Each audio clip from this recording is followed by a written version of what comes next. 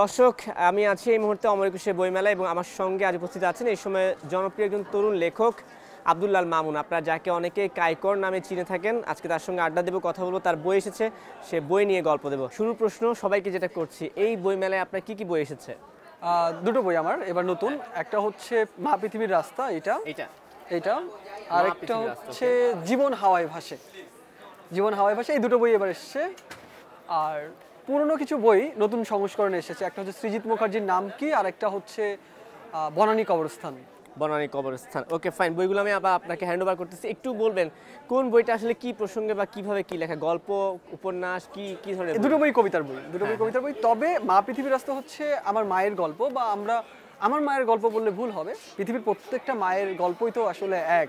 মায়ের জীবনযাত্রা, মায়ের জীবনবোধ, যা থেকে আমরা শিখি আমাদের যাপিত জীবনের সবকিছু, তা নিয়ে আর কি আমি শব্দের বুননে কবিতা লেখার চেষ্টা করেছি মা পৃথিবীর রাস্তায় বইটাতে।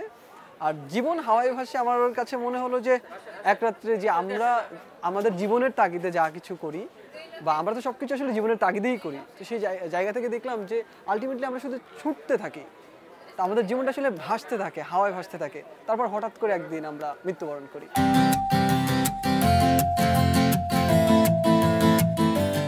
সেই জায়গা থেকে লেখা, সেখান থেকে দুইটা বই লেখা। তো বই বের হয়েছে, সারা কেমন পাচ্ছেন? ভক্ত বা পাঠকদের থেকে কেমন ফিডব্যাক পাচ্ছেন? আলহামদুলিল্লাহ, সবসময় বরাবরের মতোই। কাইকর প্রেমী যারা আছে অবশ্যই তাদের কাছে আমি চিরকৃতজ্ঞ সবসময়। গত বইটা ছিল কিছু বলা যায় না, রকমারি বেস্টসেলার ছিল। আর এবার দেখা যাক, সম্ভাবনা আছে, পাঠকরা খুব ভালোভাবে গ্রহণ করছে, সবকিছু মিলিয়ে আলহামদুলিল্লাহ। এই বইগুলো কোথায় পাওয়া যাচ্ছে, প্রাইসটা কেমন, সেটা যদি একটু বলতেন ভালো হতো। এই বইমেলায় বই পাচ্ছেন আমার জীবন হাওয়ায় ভাসে, চন্দ্রবিন্দু প্রকাশনী, 701 এবং 702 নম্বর স্টল। আর মা পৃথিবীর রাস্তা বইটা হচ্ছে বইবাজার প্রকাশনী থেকে বের হয়েছে, স্টল নাম্বার 243 থেকে 245। এই তো, আর মূল্য 300 টাকার মধ্যে। আচ্ছা, ঠিক আছে, ওকে। গতবার আমি আপনার ইন্টারভিউ নিয়েছিলাম, তখন আমি একটা কমেন্ট ব্যাপক আকারে দেখেছিলাম, সেটা হচ্ছে যে অনেকেই জানে না আপনি কাইকর, চেহারায় চিনে না। কেন? হ্যাঁ, আমি নিজেও খেয়াল করেছিলাম চেহারায় চিনে না। কারণ হচ্ছে লেখকরা তো সাধারণত কন্টেন্ট ক্রিয়েটরদের মতো সামনে এসে কথা বলে না, বা নাচানাচি করে না, অথবা এক্সেট্রা এক্সেট্রা। তো সেই জায়গা থেকে মানুষজন কাইকরের ফেস চিনে না। এবং সবচেয়ে ভয়ঙ্কর যে সবাই জানে আমি মারা গেছি, তাই বেশিরভাগ কমেন্ট এগুলো আমি দেখেছি। আপনি দেখেছেন কিনা যে কাইকর জীবিত আছে, এটাই অনেকে অবাক। মানুষ কেন মনে করছে যে কাইকর মারা গেছে? আমি ঠিকই আমার লেখা পড়ে তাদের কাছে মনে হয় যে আমার বয়স অনেক, অথবা আমি অনেক আগের লেখক এরকম, অথবা আমার নামকে ঘিরে ভাবতে পারে যে আমার নামটা হয়তো অন্যরকম, সেই জন্য। মানে হচ্ছে আপনার লেখাগুলো যে লাইনগুলো ছোট ছোট, অনেকে দেখলে ভাবে যে ছোট মস্তিষ্ক থেকে আসেনি, সেটা আমি অল্প বয়স থেকে আসেনি, বড় বয়স থেকে এসেছে, কিন্তু বৃদ্ধ ভাবে। কিন্তু অনেকে অবাক হয়েছে যে এইটা কাইকর। হ্যাঁ, ওই জায়গা থেকে হতে পারে সেটা। মানে আমি লেখার জায়গাটা নিয়ে কথা বলবো না, তবে এই ধরনের প্রসঙ্গ চলে আসলো, আমি মন্তব্য জায়গায় দেখলাম যে আপনাদের ইয়েতে। বইমেলা ঘোরা হয়েছে কিনা, বা কেমন দেখছেন এবারে বইমেলা? শেষের দিকে প্রায়। সবকিছু মিলিয়ে সবসময়ের মতো বইমেলা দারুণ। বইমেলাতে আসলে ভালো লাগা কাজ করে। তবে আগের তুলনায় একটু বোধহয় পাঠকের সংখ্যা কম মনে হচ্ছে। মানে আমি যে কয়েকদিন এসেছি, হয়তো বা আমি যেদিন আসি নাই সেদিন হয়তো বা ভালো ছিল, ভিড় ছিল, থাকতে পারে, আমি জানি না, এই জন্য মন্তব্য করাটা কঠিন। মানে একটু মনে হচ্ছে যে অন্যবারের তুলনায় একটু মানুষ কম, অনেক কম আমার চোখে। যে পরিমাণ মানুষই এসেছে, তারা কি বই কিনেছে? বই কেনাটা, হ্যাঁ, মানুষ এখন না অনলাইন নির্ভর তো সবকিছু, তো ঘরে বসে যাদের প্রিয় লেখক, প্রিয় সব মানুষদের বই কিনে নেয় আসলে ঘরে বসেই। তো সেই তুলনায় দেখা যায় যে যারা মানুষ আসছে, আসাটাই পজিটিভ। যারা বই কেনার আসলে তারা অনলাইনেও কিনে, আবার এসেও কিনে, আসলে সেই জায়গা নিয়ে মন্তব্য করাটা কঠিন। আচ্ছা, লেখক হিসেবে তো আপনার বই পাঠকটা কিনতে আসছে, কিন্তু আপনি কি বই কিনেছেন কিনা, কিনলে কোন বই কেনা হয়েছে, বা সেইগুলো কেমন লেগেছে? আমি আসার পর থেকে আমার সমসাময়িক যারা লেখক আছে তাদের সবার বই আমি কালেক্ট করার চেষ্টা করি। তো আমি এসেই হচ্ছে সবার আগে বই কিনি। তো তরুণদের সবার বই কেনা হয়ে গেছে, এবং পুরনো যারা আছে তাদের বই তো আগে থেকেই চেষ্টা করি যতটুকু পড়া যায় কালেক্ট করার।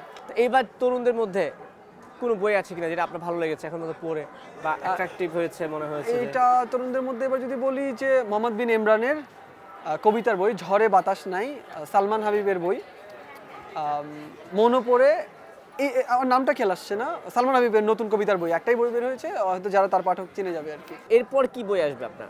আমার একটা বই নিয়ে অনেক বেশি পাঠকের মনে আগ্রহ আছে, সেটা হচ্ছে সৃজিত মুখার্জির নাম কি, সাইকো থ্রিলার ছিল। তো সেই সাইকো থ্রিলার বইটা 21 সালে লেখা ছিল, প্রায় 4 বছর হয়ে গেছে। পাঠককে বারবার আমি কথা দিচ্ছি যে পরের বইমেলায়, তবে ইনশাআল্লাহ আমার মনে হয় যে 2026 সালে আমি আনতে পারবো সৃজিত মুখার্জির নাম কি পার্ট 2। আচ্ছা মামুন, একটা প্রশ্ন করতে চাই, সেটা হচ্ছে যে বইমেলা আমিও আসছি কাজের জন্য, কাজ করা হচ্ছে, লেখকদের সঙ্গে কথা বলা হচ্ছে।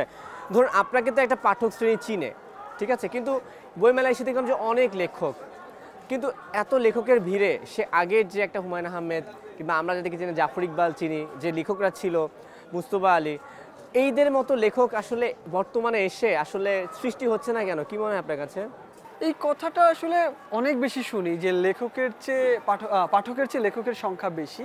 তবে এটা নিয়ে আমাদের ভুল ধারণা আছে। আমরা আসলে বলতে পছন্দ করি সবাই, হয়তো বা নেগেটিভ জিনিসটাকে ছড়াতে পছন্দ করি। আমার কাছে মনে হয় যে আমি কয়েকদিন আগেও একটা ইন্টারভিউতে বলেছিলাম, সাক্ষাৎকারে, যে চীনাতে মানে চায়নায় প্রায় প্রত্যেক বছর 4 থেকে 4.5 লাখ বই বের হয়। আমেরিকা থেকে 3 থেকে 3.5 লাখ। প্রত্যেকটা বই কি আসলে বিখ্যাত বই অথবা গ্রহণযোগ্য বই? তাহলে তো আসলে ওই এক বছরে বই পড়ে আমরা শেষ করতে পারতাম না। আর এর মধ্যে সবচেয়ে বড় ভয়ঙ্কর ব্যাপার সেটা হলো যে আসলে নিজের আত্মকেন্দ্রিক যে লেখাগুলো তারা লেখে। তো এখনকার বই সবাই লিখতে পারে। এটা আসলে আমরা পাঠক কোনটা গ্রহণ করব কোনটা গ্রহণ করব না সেটা আমাদের একান্ত ব্যক্তিগত ব্যাপার। এবং আপনি একটা জিনিস দেখেন, বইমেলায় একটা লেখককে নিয়ে হয়তো অনেক কন্ট্রোভার্সি হচ্ছে, আমি দেখলাম। আমার কথা হচ্ছে তাকে নিয়ে যে মানুষ এত বইমেলা পৌঁছে যাচ্ছে, বইমেলা এই হয়ে যাচ্ছে, কোনো ভালো লেখকের কোনো কবিতা নিয়ে সে পোস্ট করেছে কোনো দিন? আমি কাউকে দেখি না যে পজিটিভ কোনো জিনিস সে ছড়িয়ে দিচ্ছে। তাহলে এই দায়ভারটা শুধু কি লেখকদের নাকি পাঠকদের? প্রশ্ন থেকে যায় কিন্তু। এবং সবচেয়ে বড় ভয়ঙ্কর যে আমরা পজিটিভ জিনিস আমরা ছড়াতে পারি না। মানে এটা আমার দুঃখের জায়গা, হয়তো বা আমি আমার ব্যক্তিগত মতামত। তো সেই জায়গা থেকে আমি বলবো যে পাঠকের চেয়ে লেখকের, আমাদের বই বের হয় 4 থেকে 4.5 হাজার এই 20 কোটি মানুষের দেশে, তো খুব কম এবং প্রত্যেক বইকেই যে বিখ্যাত হতে হবে এবং সবাই যে এসে অনেক বড় কিছু হয়ে যাবে। আর আরেকটা প্রসঙ্গে ফিরে আসি, সেটা হচ্ছে যে আমি হয়তো লম্বা করছি, কিন্তু এই ঘটনা এইটা না অনেক বড় একটা শীর্ষেন্দু মুখোপাধ্যায়ের একটা আমি ইন্টারভিউ দেখলাম। সেখানে তাকে বলা হচ্ছিল যে এই সময়ের তরুণ লেখকদের নিয়ে তো এখন নেই, আপনাদের সময় যেরকম ছিল। তখন সে বলল যে আমরা যখন তরুণ ছিলাম আমাদের বলা হতো যে তারাশঙ্কর, বিভূতির পরে আর কোনো লেখক নেই। তারপরে কারা আসলো? সমরেশ আসলো, শীর্ষেন্দু মুখোপাধ্যায় আসলো, হুমায়ুন আহমেদ স্যার আসলো, তাই তো? তো তারাও এই কথাই শুনে আসছে। তো আমরা এখন এটাই শুনছি। আশা করি ভবিষ্যতে গেলে হয়তো বা তরুণদের জিজ্ঞেস করা হবে যে এই সময়, তখন বলবে হয়তো বা যে কায়কররা ছিল এখন কেন আসছে না, এরকম বলতে পারে, আমি জানি না। বা সাদাত হোসেন ছিল, কায়কর, সালমান হাবিব ছিল, যারা এই সময়ের, যারা অবায়দ হক ছিল, তো এই বা নাজিমউদ্দিন। মানে হচ্ছে যে আসলে ব্যাপারটা শেষমেশ আপনি বলতে যাচ্ছেন যে সমসাময়িকটা আমরা একটু চাপায় আমরা আসলে রাখি, বর্তমান নিতে পারি না, বর্তমান নিতে পারি না, হয়তো বা তাই হইতে পারে। কিন্তু আরেকটা বিষয় সেটা হচ্ছে যে বইমেলায় তো অনেকে বই বের হচ্ছে, একটা অবজেকশন আপনিও কথা বলছেন, কন্ট্রোভার্সি চলছে, অনেকে বলছে এটার বারে আমার একটা প্রশ্ন হচ্ছে যে সোশ্যাল মিডিয়ায় যারা আসলে পরিচিত মুখ তারাও এখন বই বিক্রি করছেন, কিন্তু যারা ভালো ভালো বই লিখেন অনেকে হয়তো বা সোশ্যাল মিডিয়া অ্যাক্টিভ না, হ্যাঁ, ভালো ভালো রাইটার। হচ্ছে যে প্রজন্মেরও একটা ব্যাপার আছে, আপনার প্রজন্মের সঙ্গে আপনার আগের জেনারেশনের কমিউনিকেশন গ্যাপটা কিন্তু আছে, আপনি হয়তো বা সোশ্যাল মিডিয়া অ্যাক্টিভ, সেক্ষেত্রে অনেক ভালো ভালো লেখকের বই ফোকাসে আসছে না, কিন্তু অনেকে সোশ্যাল মিডিয়ার কারণে ফোকাসে চলে আসছে, বই বিক্রি হচ্ছে। এটা কি আসলে সাংঘর্ষিক ব্যাপার? মানে ভালো জিনিস কি আড়াল হয়ে যাচ্ছে?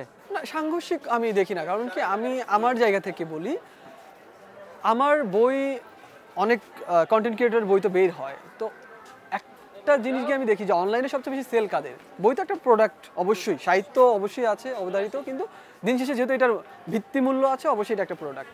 তো আমার মনে হচ্ছে যে একটা ভিডিও দেখা, টিকটকে একটা ভিডিও দেখা, ইনস্টায় বা ফেসবুকে একটা ভিডিও দেখা ফ্রিতে, আর একটা বই 300 টাকাতে কিনে অনেক পার্থক্য। তো যারা বই বের করে আমি বেশিরভাগ দেখি যে তারা 1 বছর 2 বছর থেকে যায় এবং তাদের সাথে ছবি তোলার জন্য আসলে মানুষ আসে, বই কেনার জন্য না। অনলাইনে তাদের বই আমি যদি দেখি, এই সময়ের যারা রাইটার আছে, আমি রকমারির কথা যদি বলি, রকমারির বেস্টসেলার বইগুলো কারা হচ্ছে? যারা অরিজিনালি প্রফেশনাল রাইটার তারাই হচ্ছে, যারা কন্টেন্ট ক্রিয়েটর তারা হচ্ছে না। কারণ কি, মানুষজন দেখতে পছন্দ করে, কিনতে না, টাকা দিয়ে পাঠকরাই কিনে আসলে। মানে জিনিসটা তো টাকার অঙ্কে চলে আসলে না, আসলে অরিজিনাল রাইটারদের বই কিনে। তো সেই জায়গা থেকে আসলে এটা বলা যায় না, এই আর কি। আচ্ছা ঠিক আছে, অনেক কথা বলে ফেললাম, সময় স্বল্পতা আছে, সবার একটা প্রশ্ন আছে, আমারও আছে। গতবার আমি কমেন্ট বক্স চেক করে প্রশ্ন করছি, বিয়ে করছেন কবে? আবার বিয়ে করছি কবে? জন্ম, মৃত্যু, বিয়ে, 3টা জিনিসই তো আসলে আল্লাহর হাতে। সেটা 1 বছর আগে বলেছিলেন, নতুন কোনো আপডেট ইনফরমেশন? হয়তো সামনে বলতে কি এই বছর না আগামী বছর? এই বছরও হতে পারে, সামনে হতে পারে, 3 বছর পরে হতে পারে। আমি আসলে এখনো এই বছর বা আগামী বছরটা ধারণা দিয়ে দেন। আগামী বছর ইনশাআল্লাহ। 26 সালে বিয়ে হচ্ছে। তাহলে এটা কি এরকম হবে যে 26 সালে বিয়ে করছে কাইকো? এমন কিছু হবে না, কনফার্ম থাকে, কিন্তু বলে দিলাম। যাই হোক, শেষমেশ আপনার পাঠকদের উদ্দেশ্যে আমি চাইবো যে ক্যামেরার দিকে তাকিয়ে একদম শেষমেশ এই বইগুলো নিয়ে আপনার যে বক্তব্য আছে বা আপনার আরো বই আছে সেগুলো নিয়ে কিছু বলা থাকলে বলে ফেলো। আমার প্রিয় কাইকর প্রেমীদের এবং আমার যারা পাঠক আছে, যারা আমাকে ভালোবাসেন সব সময়ের মতো, আমার নতুন 2টো বই, একটা হচ্ছে জীবন হাওয়ায় ভাসে আর একটা মা পৃথিবীর রাস্তা। 2টো বই হচ্ছে, একটা চন্দ্রবিন্দু প্রকাশনীতে পাওয়া যাচ্ছে আর একটা বইবাজার প্রকাশনীতে পাওয়া যাচ্ছে। আর পুরনো সংস্করণের বই যারা এর আগে জানেন, সৃজিত মুখার্জির নাম কি এবং বনানী কবরস্থান, একটা নবকথন প্রকাশনী আর একটা হচ্ছে বইবাজার প্রকাশনীতে পাওয়া যাচ্ছে, নয়া উদ্যোগ প্রকাশনীতে পাওয়া যাচ্ছে। আর এত কিছুর বাইরেও যদি আমার বই সম্পর্কে জানতে চান তাহলে আমার সোশ্যাল মিডিয়ার ফেসবুক পেজ কাইকোরে ভিজিট করতে পারেন। ধন্যবাদ।